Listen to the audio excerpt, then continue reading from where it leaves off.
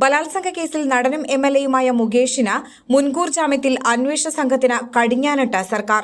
മുൻകൂർ ജാമ്യം നൽകിക്കൊണ്ടുള്ള എറണാകുളം സെഷൻസ് കോടതി ഉത്തരവിനെതിരെ അപ്പീൽ നൽകുന്നത് സർക്കാർ വിലക്കി.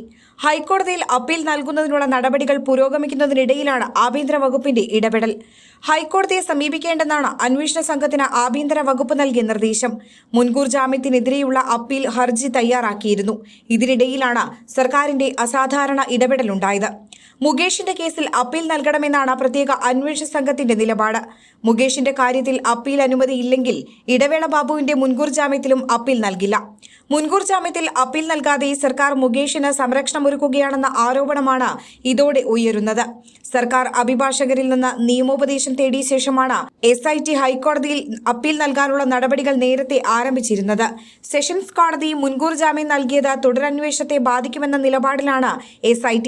ഇത് ചൂണ്ടിക്കാട്ടി അപ്പീൽ നൽകാനിരിക്കെയാണ് സർക്കാർ വിലക്കുന്നത്. നടിയെ ബലാത്സംഗം ചെയ്തെന്ന കേസിൽ മുകേഷിനും നടൻ ഇടവേള ബാബുവിനും സെപ്റ്റംബർ 5-നാണ് കോടതി മുൻകൂർ ജാമ്യം അനുവദിച്ചത്. എറണാകുളം സെഷൻസ് കോടതിയായിരുന്നു ജാമ്യം അനുവദിച്ചത്. കേരളം വിടരുത്, അന്വേഷണവുമായി സഹകരിക്കണം എന്നീ ഉപാധികളോടെയാണ് മുകേഷിന് ജാമ്യം അനുവദിച്ചിരിക്കുന്നത്.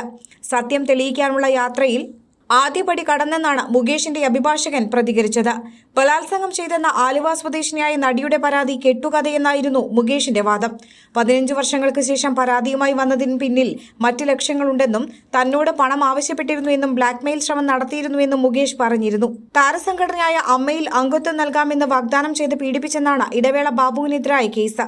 അതേസമയം ബലാത്സംഗ കേസിൽ സിദ്ദിഖ് നൽകിയ മുൻകൂർ ജാമ്യാപേക്ഷ ഹൈക്കോടതി ഈ മാസം 13-ന് പരിഗണിക്കാനായി മാറ്റിയിട്ടുണ്ട്. അന്നേ ദിവസം മറുപടി നൽകാൻ സർക്കാരിനോട് ഹൈക്കോടതി ആവശ്യപ്പെട്ടിട്ടുണ്ട്.